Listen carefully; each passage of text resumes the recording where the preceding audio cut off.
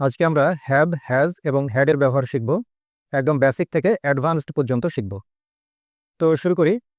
তো প্রথমে হচ্ছে যে যদি কোনো কিছুর মালিকানা বোঝায়, অর্থাৎ আমার অধিকারে বা কারো অধিকারে বা কারো মালিকানায় কিছু আছে, এরকমটা বোঝাতে আমরা হ্যাভ, হ্যাজ, হ্যাড এগুলো ব্যবহার করে থাকি। তো আমি বিভিন্ন টেন্সে দেখাবো। এই জন্য যেমন আমি যদি বলি যে আমার একটা ভালো ইংরেজি বই আছে, তাহলে ইংরেজিটা কেমন হবে? ইংরেজিটা হবে I have a good English book. আমার একটি ভালো ইংরেজি বই আছে। অর্থাৎ বাংলা বাক্যের শেষে থাকবে আছে। আমি যদি বলি যে তার একটি উচ্চ চাহিদা সম্পন্ন দক্ষতা আছে, হাই ডিমান্ড, এর অর্থ হচ্ছে উচ্চ দক্ষতা, উচ্চ চাহিদা সম্পন্ন স্কিল মানে দক্ষতা আছে, তাহলে কি হবে? সের সঙ্গে আমাদের হয় হচ্ছে has. She has a high demand skill. আশা করি তোমরা যারা আমার এই সিরিজটা দেখছো তারা জানো যে হ্যাভ এবং হ্যাজ কিভাবে ব্যবহার করতে হয়। এটা কিন্তু আমি প্রথম দিককার ভিডিওতে দেখিয়েছি, এখন এটা আমি ব্যাখ্যা করছি না। আচ্ছা, যদি দেখো যে আমি বলতে চাই এতক্ষণ ছিল কি আছে, তাই না? আছে। তো আমি যদি বলি যে ছিল, তাহলে কি হবে? আমি যদি বলি যে তোমার একটি শিক্ষণীয় উপন্যাস ছিল, তখন কি হবে? তখন হবে you had an instructive novel. তোমার একটি শিক্ষণীয় উপন্যাস ছিল। তোমার একটি শিক্ষণীয় উপন্যাস ছিল। আচ্ছা, তার মানে এই দুইটা গেল হচ্ছে প্রেজেন্ট, এটা হলো পাস্ট।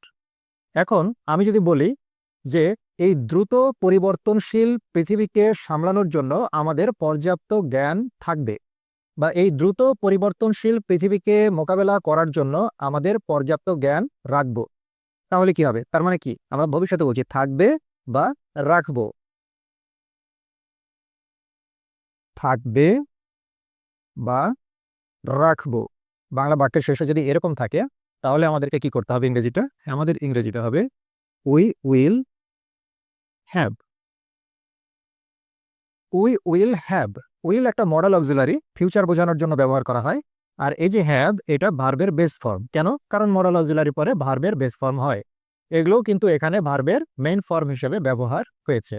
আচ্ছা, we will have enough knowledge. আমাদের থাকবে পর্যাপ্ত জ্ঞান টু ডিল উইথ, সামলাতে বা মোকাবেলা করতে, দ্য ফাস্ট চেঞ্জিং ওয়ার্ল্ড, এই দ্রুত পরিবর্তনশীল পৃথিবীকে। এই দ্রুত পরিবর্তনশীল পৃথিবীকে মোকাবেলা করার জন্য আমাদের পর্যাপ্ত জ্ঞান থাকবে। তাহলে এই যে মালিকানা অর্থে, অর্থাৎ কারো কিছু থাকবে, এই অর্থে আমরা কি করলাম? হ্যাভ, হ্যাজ, হ্যাডের ব্যবহার করলাম। আমি আবার বলছি, যারা ইতিমধ্যে বুঝে গেছো তারা টেনে সামনে চলে যাও, আর যারা আরেকবার রিভিশন করতে চাও তাদের জন্য বলছি। তাহলে আমি যদি বলি যে আমার একটি ভালো ইংরেজি বই আছে, তার জন্য কি I have a good English book. আমি যদি বলি তার উচ্চ দক্ষতা সম্পন্ন, উচ্চ চাহিদা সম্পন্ন একটি দক্ষতা আছে, তাহলে হবে she has a high demand skill. High demand এর অর্থ হচ্ছে উচ্চ দক্ষতা সম্পন্ন। আচ্ছা, আমি যদি বলি তার একটি শিক্ষণীয় উপন্যাস ছিল, তাহলে হবে ছিল থাকলে আমার হবে had. You had an instructive novel. Okay. আর আমি যদি বলি যে দ্রুত পরিবর্তনশীল পৃথিবীকে মোকাবেলা করার জন্য আমাদের পর্যাপ্ত জ্ঞান থাকবে বা আমরা পর্যাপ্ত জ্ঞান রাখবো, সেই ক্ষেত্রে আমরা ইংরেজিটা বলবো we will have enough knowledge to deal with the fast changing world. Okay. এবার আমরা দেখি হ্যাভ, হ্যাজ, হ্যাড কিভাবে সাহায্যকারী ভার্ব হিসাবে ব্যবহার হয়। যেমন আমি যদি বলি যে আমি অনেক কিছু শিখেছি ওই ভালো বইটা থেকে, আমি অনেক কিছু কিছু শিখেছি এই ভালো বইটা থেকে, তাহলে কি হবে ইংরেজিটা? সেটা হবে হচ্ছে আই হ্যাভ লার্নড। এটা হলো ভি থ্রি। আমাদেরকে মনে রাখতে হবে যখন আমরা হ্যাভ, হ্যাজ, হ্যাড এগুলো অক্সিলারি ভার্ব বা সাহায্যকারী ভার্ব হিসাবে ব্যবহার করি, তখন অবশ্যই তারপরে ভার্বের তৃতীয় রূপ ব্যবহার করতে হবে। তাহলে I have learned many things from this good বুক। এই ভালো বইটা থেকে আমি অনেক কিছু শিখেছি। তাহলে হ্যাভ এবং তারপরে যখন ভার্বের তৃতীয় রূপ থাকে, তখন বাংলা বাক্যের শেষে ক্রিয়াটা কেমন হয়? শিখেছি। ওকে। আচ্ছা, আমি যদি বলি যে সে একটা ওয়ার্কশপ থেকে এই উচ্চ চাহিদা সম্পন্ন দক্ষতা শিখেছিল, সে একটা ওয়ার্কশপ থেকে উচ্চ চাহিদা সম্পন্ন দক্ষতা শিখেছিল, তাহলে কি হবে? তাহলে তখন হবে, এটা কিন্তু পাস্ট, শিখেছিল, তাহলে হবে সি হ্যাড লার্নড। এটাও কিন্তু V3। এই হ্যাড এখানে অক্সিলারি ভার্ব হিসেবে ব্যবহার হয়েছে, তাই তারপরে যদি আমাকে ভার্ব বসাতে হয় তাহলে আমাকে কি করতে হবে? ভার্বের তৃতীয় রূপ করতে হবে। এবং এটা কোন টেন্স? এটা হচ্ছে পাস্ট পারফেক্ট টেন্স, আর এটা হচ্ছে প্রেজেন্ট পারফেক্ট টেন্স। তাহলে বাংলা বাক্যের শেষে কেমন থাকলো? শিখেছিল, শিখেছিল। ওকে, তাহলে আমরা হ্যাড প্লাস V3 এর ব্যবহার শিখলাম। আর আমি যদি বলি যে তারাও ওই উচ্চ চাহিদা সম্পন্ন দক্ষতা ওই ওয়ার্কশপ থেকেই শিখবে, ওই ওয়ার্কশপ থেকেই তারা উচ্চ চাহিদা সম্পন্ন দক্ষতাটা শিখে থাকবে বা শিখবে। মূলত আমি এটাই করতে হবে যে শিখে থাকবে, অর্থাৎ ভবিষ্যতে তারা কাজটা সম্পূর্ণ করে রাখবে। তখন আমাকে এটা করতে হয় কেমন? ফিউচার পারফেক্ট টেন্সে, অর্থাৎ তখন আমার এটা হবে দে উইল হ্যাভ লার্নড। এটাও V3। তাহলে কেমন হলো এটা? দে উইল হ্যাভ লার্নড, তারা শিখে থাকবে ভবিষ্যতে, যেহেতু এখানে উইল আছে, তারা শিখে থাকবে। They will have learn that high demand skill, উচ্চ চাহিদা সম্পন্ন দক্ষতা, ফ্রম দ্যাট ভেরি ওয়ার্কশপ, ওই ওয়ার্কশপ থেকেই। এই যে বলছি ওই ওয়ার্কশপ থেকেই, এই যে জোর দিচ্ছি এই কারণে হচ্ছে ভেরি ওয়ার্কশপ, মানে কোন ওয়ার্কশপ থেকে? এই যে সে যেখান থেকে শিখেছে ওই সেখান থেকেই শিখবে, এই জন্য আমি বলছি যে ফ্রম দ্যাট ভেরি ওয়ার্কশপ। তাহলে আমরা অক্সিলারি ভার্ব হিসেবে কিভাবে হ্যাভ, হ্যাড, হ্যাজ ব্যবহার হয় সেটা আমরা শিখলাম। খাওয়া দাওয়া করা বা কোনো অভিজ্ঞতা বা কোনো ঘটনা এরকম কোনো কিছু বোঝাতেও কিন্তু হ্যাভ, হ্যাজ, হ্যাড ব্যবহার হয়ে থাকে। কেমন সেটা আমরা দেখি। যেমন আমি যদি বলি যে আমি দুপুরের খাবার খাই বা আমি সকালের নাস্তা খাই, তখন আমাদেরকে কি বলতে হবে? We have lunch. We have lunch, দুপুরের খাবার খাই। ডিনার, রাতের খাবার খাই। ব্রেকফাস্ট, সকালের নাস্তা খাই। আচ্ছা, আমি যদি বলি যে সকাল 10টায় আমার একটা মিটিং আছে বা সকাল 10টায় আমার একটা মিটিং হবে, সেই ক্ষেত্রে আমরা ব্যবহার করতে পারবো হ্যাভ। কেন ব্যবহার করতে পারবো? কারণ মিটিং হচ্ছে কি একটা ঘটনা, একটা ইভেন্ট। তাহলে আমি বলতে পারবো I have a meeting at 10 AM। আচ্ছা, আমি যদি বলি যে তার গতকাল একটা অপারেশন হয়েছে বা গতকাল তার একটা সার্জারি হয়েছে, সেক্ষেত্রে আমরা কি বলতে পারবো? যেহেতু সার্জারিটা হয়ে গেছে গতকাল, সেক্ষেত্রে আমাকে এখন এখানে লিখতে হবে had. She had a surgery yesterday, গতকাল তার একটা অপারেশন হয়েছে। অপারেশন হওয়া মানে কি? সে একটা অভিজ্ঞতার মধ্যে দিয়ে গেছে, একটা ঘটনার মধ্যে দিয়ে গেছে, এই কারণে আমাদেরকে হ্যাভ, হ্যাজ ব্যবহার করতে পারবো, কিন্তু যেহেতু এটা পাস্ট তাই আমরা এখানে ব্যবহার করলাম হ্যাড। ওকে, তাহলে আমি যদি বলি যে গতকাল রাতে আমি একটা মধুর স্বপ্ন দেখেছি, তাহলে তার ইংরেজিটা কেমন হবে? তার ইংরেজিটা হবে, যেহেতু বলছে গতকাল রাতে, লাস্ট নাইট, এখানেও আমাকে ব্যবহার করতে হবে হ্যাড। এই যে স্বপ্ন দেখা, হ্যাভ ড্রিম, তার ইংরেজি হ্যাভ ড্রিম। যেহেতু এটা ফার্স্ট তাই এখানে V2 হিসাবে হ্যাড ব্যবহার হয়েছে। I had a sweet dream last night. তাহলে এই স্বপ্ন দেখার ক্ষেত্রেও আমরা হ্যাড, হ্যাভ, হ্যাজ ব্যবহার করতে পারি। যদি আমি বলি I had a sweet dream, তাহলে হবে আমি মধুর স্বপ্ন দেখি। আর I had a sweet dream অর্থাৎ আমি মধুর স্বপ্ন দেখেছিলাম লাস্ট নাইট, গত রাতে। আচ্ছা, আমি যদি বলি যে তার পিঠে ব্যথা, তার পিঠে ব্যথা, তাহলে আমাকে কি করতে হবে? শি হ্যাজ, শি এর সঙ্গে হ্যাজ হবে, শি হ্যাজ ব্যাক পেইন, অর্থাৎ তার পিঠে ব্যথা। আর আমি যদি বলি তার পিঠে ব্যথা ছিল, তাহলে আমাকে বলতে হবে she had back pain. She had back pain, তার পিঠে ব্যথা ছিল। ওকে, আমরা যেহেতু হ্যাভ, হ্যাজ এর ব্যবহার করছি, তাই আমরা ভার্বের সঙ্গে আইএনজি যুক্ত করেও আমরা করি, হ্যাভ থেকে হ্যাভিং। এই হ্যাভিং ব্যবহারটা কখন হয়, কিভাবে হয়, এটাও আমাদেরকে একটু দেখতে হবে। তো সেটা হচ্ছে কখন? প্রেজেন্ট কন্টিনিউয়াস টেন্সে আমরা ভার্বের সঙ্গে আইএনজি যুক্ত করি। যেমন আমি যদি বলি যে আমি দুপুরের খাবার খাচ্ছি, দুপুরের খাবার খাচ্ছি, তাহলে এটা কি বোঝায়? প্রেজেন্ট কন্টিনিউয়াস টেন্স বোঝায়। তখন আমাদেরকে করতে হবে I am having lunch. I am having lunch.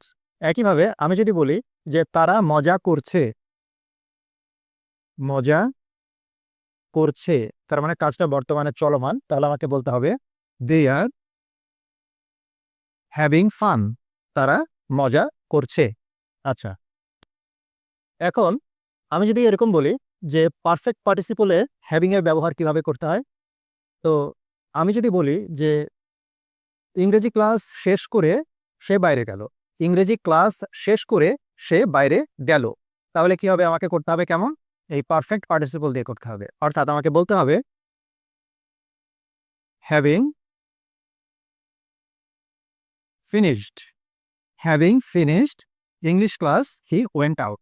অর্থাৎ ইংরেজি ক্লাস শেষ করে সে বাইরে গেল। এটাকে বলছে এই যে হ্যাভিং, এরপরে যে এই যে ভার্বের তৃতীয় রূপ ব্যবহার হয়েছে, এটাই হচ্ছে, অর্থাৎ পার্টিসিপল ব্যবহার হয়েছে, এটাই হচ্ছে পারফেক্ট পার্টিসিপল। তাহলে এইভাবে কিন্তু এই অর্থটা বোঝানো হয়। আমি আর একটা উদাহরণ দিই। আমি যদি বলি যে কঠিন সত্যটা বলার পর সে কাঁদতে শুরু করলো, কঠিন সত্যটা বলার পর সে কাঁদতে শুরু করলো, অর্থাৎ কঠিন সত্যটা সে আগে বলেছে, বলা হয়ে গেছে, তাহলে আমাকে কি করতে হবে? Having told the hard truth, having told the hard truth, কঠিন সত্যটি বলার পর সে স্টার্টেড ক্রাইং, সে কাঁদতে শুরু করলো। তাহলে কোনো একটা কাজ হয়ে যাওয়ার পর আর একটা কিছু শুরু করলে আমরা কিন্তু এইভাবে করতে পারি, হ্যাভিং ব্যবহার করব, তারপর ভার্বের তৃতীয় রূপ ব্যবহার করব, তাহলে বোঝাবে যে সেটা করার পর। তাহলে আমি আরেকবার বলি, সেটা হচ্ছে যে আই অ্যাম হ্যাভিং লাঞ্চ, অর্থাৎ আমি লাঞ্চ করছি বা খাচ্ছি। আমি যদি বলি যে তারা মজা করছে, দে আর হ্যাভিং ফান। যদি বলি যে ইংরেজি ক্লাস শেষ করার পর তারা বাইরে গেল, তার ইংরেজি having finished English class he went out, সে বাইরে গেল। আর যদি বলি যে কঠিন সত্যটি বলার পর সে কাঁদতে শুরু করলো, having told the hard truth she started crying. Positive সেন্টেন্সেও হ্যাভের ব্যবহার করা হয়। পজিটিভ সেন্টেন্স কি? যখন আমরা কাউকে দিয়ে কিছু করাই নেই, অর্থাৎ কাজটা নিজে না করে অন্যকে দিয়ে করাই নেই, তখন আমরা পজিটিভ সেন্টেন্স ব্যবহার করে থাকি। সেই সব সেন্টেন্সগুলোকে পজিটিভ সেন্টেন্স বলা হয়। যেমন আমি যদি বলি যে আমি সপ্তাহে একবার সিঁড়ি পরিষ্কার করাই, বাড়ির যে সিঁড়ি থাকে সেগুলো, আমি সপ্তাহে একবার সিঁড়ি পরিষ্কার করাই, অর্থাৎ কাউকে দিয়ে করাইনি। তো তাহলে ইংরেজিটা কেমন হবে? ইংরেজিটা হবে I have the stairs cleaned once a week. এখন এখানে লক্ষণীয় বিষয় হলো আমি যে এখানে স্ট্রাকচারটা উপরে দিয়ে লিখে দিয়েছি, প্রথমে থাকবে সাবজেক্ট, তারপর সাবজেক্ট অনুযায়ী হ্যাভ অথবা হ্যাজ, তারপরে থাকবে হচ্ছে অবজেক্ট এবং ভার্বের তৃতীয় রূপ। তো এই যে এটা হচ্ছে সাবজেক্ট আই, তারপরে এখানে বসলো হ্যাভ, আই হ্যাভ, তারপরে যে অবজেক্ট এটা দ্য স্টেয়ার্স, এটা অবজেক্ট, ক্লিনড এটা হচ্ছে ভার্বের তৃতীয় রূপ, ক্লিন থেকে আসলো ক্লিন, অনস এ উইক সপ্তাহে একবার, আমি সপ্তাহে একবার সিঁড়িগুলো পরিষ্কার করাই। I have the stairs cleaned once a week. আমি যদি আরেকটা উদাহরণ দেই, সেটা হচ্ছে যে সে 5 বছর আগে বাড়িটা রং করিয়েছিল, অতীত। এবার অতীতের এক্সাম্পল দিচ্ছি যে সে 5 বছর আগে বাড়িটি রং করিয়েছিল, অর্থাৎ কাউকে দিয়ে করিয়ে নিয়েছিল। তাহলে এটা যেহেতু পাস্ট, সেহেতু আমাকে হ্যাভের জায়গাতে আমি লিখবো হচ্ছে had, she had the house painted, paint মানে রং করানো, সেখান থেকে পেইন্ট, পেইন্টেড, পেইন্টেড, অর্থাৎ রং করিয়েছিল 5 ইয়ার্স এগো, 5 বছর আগে। She had the house painted 5 years ago, সে 5 বছর আগে বাড়িটি রং করিয়েছিল। তাহলে এই হলো পজিটিভ সেন্টেন্সের উদাহরণ। এখন এইটা দিলাম হচ্ছে প্রেজেন্ট ইনডেফিনিট টেন্সে, এটা হচ্ছে পাস্ট ইনডেফিনিট টেন্সে। আমি যদি একটা পাস্ট কন্টিনিউয়াস করাই, যদি প্রেজেন্ট কন্টিনিউয়াস করাই যদি, তাহলে কি হবে? যেমন আমি যদি বলি যে তারা তাদের সমস্যাগুলো একজন অভিজ্ঞ আইনজীবী দিয়ে সমাধান করাচ্ছে, তারা তাদের সমস্যাগুলো একজন অভিজ্ঞ আইনজীবী দিয়ে সমাধান করাচ্ছে, তাহলে ইংরেজিটা কি হবে? দে আর, এবার হবে হ্যাভিং। কেন? কারণ করাচ্ছে, সমাধান করার কাজটা চলমান আছে। তাহলে they are having their issues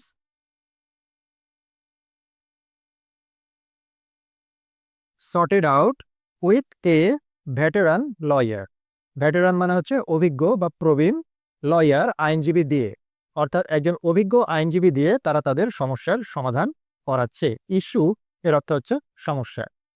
তাহলে এই হলো আমাদের পজিটিভ সেন্টেন্সের ব্যবহার, যেখানে আমরা হ্যাভ, হ্যাড এগুলো ব্যবহার করছি।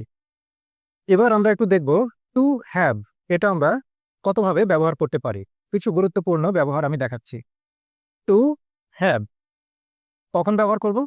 যেমন আমি যদি বলি যে আমি চাই আমার পর্যাপ্ত টাকা এবং জ্ঞান থাকুক। আমি চাই আমার পর্যাপ্ত টাকা ও জ্ঞান থাকুক। তার ইংরেজি আমাকে করতে হবে I want to have enough money and knowledge. আমার পর্যাপ্ত টাকা ও জ্ঞান থাকুক। অর্থাৎ এখানে অর্থটা দাঁড়ালো কেমন? থাকুক বা থাক, এরকম। তাহলে এই যে ওয়ান্ট এটা একটা ভার্ব, আবার হ্যাভ এটাও একটা ভার্ব। এই দুইটা ভার্বের মধ্যে আমাকে টু বসাতে হয়, তাই না? এটা আমাদের সাধারণ নিয়ম বা বোঝার ক্ষেত্রে আমি বললাম। আচ্ছা, আমি যদি বলি যে তারা আশা করে সপ্তাহ শেষে একটা পিকনিক করবে, তারা আশা করে সপ্তাহ শেষে একটা পিকনিক করবে, তাহলে কি হবে? যে এরকম, they hope to have a picnic at the weekend. অর্থাৎ সপ্তাহ শেষে তারা একটা পিকনিক করার আশা করে। সপ্তাহ শেষে তারা একটা পিকনিক করার আশা করে। তাহলে এই যে হোপ, এটা হচ্ছে কি একটা ভার্ব, আশা করা। আবার এই হ্যাভ, হ্যাভ এ পিকনিক মানে কি পিকনিক করা। পিকনিক করার ইংরেজি হ্যাভ এ পিকনিক। পিকনিক হচ্ছে কি একটা অভিজ্ঞতা বা একটা ঘটনার মধ্যে দিয়ে যাওয়া, এ কারণে এখানে হ্যাভ করারও ইংরেজি হচ্ছে হ্যাভ। তাহলে এটাও একটা ভার্ব, এটাও একটা ভার্ব, যার কারণে আমার এখানে টু নিতে হলো। ওকে, এই টু হ্যাভ আর কিভাবে ব্যবহার করতে পারি আমরা? আমি যদি বলি যে পর্যাপ্ত টাকা থাকা একটা আশীর্বাদ, পর্যাপ্ত টাকা থাকা একটা আশীর্বাদ, তখন আমি এরকম বলতে পারি যে to have enough money is a blessing. পর্যাপ্ত টাকা থাকা একটা আশীর্বাদ। আমি যদি বলি যে ম্যানারের সেন্স থাকা গুরুত্বপূর্ণ, ম্যানারের সেন্স থাকা গুরুত্বপূর্ণ। ম্যানার মানে কি? ম্যানার মানে হচ্ছে কোথায় কি করতে হবে, কোথায় কি বলতে হবে, কোথায় কি বলতে হবে না, সেটাকে বলে হচ্ছে ম্যানার। অর্থাৎ কোন জায়গায় কি ধরনের আচরণ করতে হবে, এই বোধ থাকা। সেন্স মানে হচ্ছে বোধ, অর্থাৎ সেন্স অফ ম্যানার। ম্যানারের সেন্স থাকা গুরুত্বপূর্ণ। তাহলে তার ইংরেজি আমরা করতে পারবো to have. Two have a sense of manner is important. তাহলে এইভাবেও কিন্তু টু হ্যাভ এর ব্যবহার করা যাচ্ছে। টু হ্যাভ এর আর একটা আমি একটু সুন্দর ব্যবহার দেখাই, সেটা হচ্ছে আমি যদি বলি যে সে প্রজেক্টটা শেষ করতে পেরে ভাগ্যবান, বা প্রজেক্টটা শেষ করতে পারায় সে সৌভাগ্যবান, তাহলে কি হবে? She is lucky to finish the project. এখানে কিন্তু হ্যাভ এর ব্যবহার হয়নি, তাই না? কিন্তু এটা আমি দেখিয়েছি, তার একটা কারণ আছে। আমি পরের উদাহরণটা করি, তাহলে বুঝতে পারবে। আমি যদি এরকম করি ইংরেজিটা, ওই বাংলা অর্থ কিন্তু একই, যে সে প্রজেক্টটা শেষ করায় বা শেষ করতে পারায় সে ভাগ্যবান। তার ইংরেজি এটাও করা যায়, she is lucky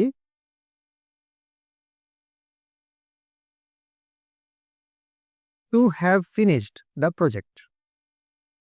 to have finished the project, এই যে টু হ্যাভ এর ব্যবহারটা দেখানোর জন্য আমি এটা করলাম। তো এখানে যেহেতু হ্যাভ ব্যবহার রয়েছে, এটা ভার্বের তৃতীয় রূপ হলো, হ্যাঁ, টু হ্যাভ ফিনিশড। তো দুইটার বাংলা অর্থ তো একই, যে সে কাজটি শেষ করতে পারায় বা প্রজেক্টটি শেষ করতে পারায় ভাগ্যবান। এটা আমি she is lucky to finish the project বলতে পারি, অথবা বলতে পারি she is lucky to have finished the project. তো দুইটার মধ্যে পার্থক্য কি? আসলে দুইটার মধ্যে পার্থক্য হলো, আমি যদি বোঝাতে চাই যে হ্যাঁ কাজটা একদম সম্পূর্ণ হয়ে গেছে, বেশ কিছুক্ষণ সময় হলো, হয়ে গেছে একদম কমপ্লিট, আর কোনো কোনো অবশিষ্ট কোনো কিছু নাই, তাহলে আমাকে পরেরটা করতে হবে, she is lucky to have finished the project.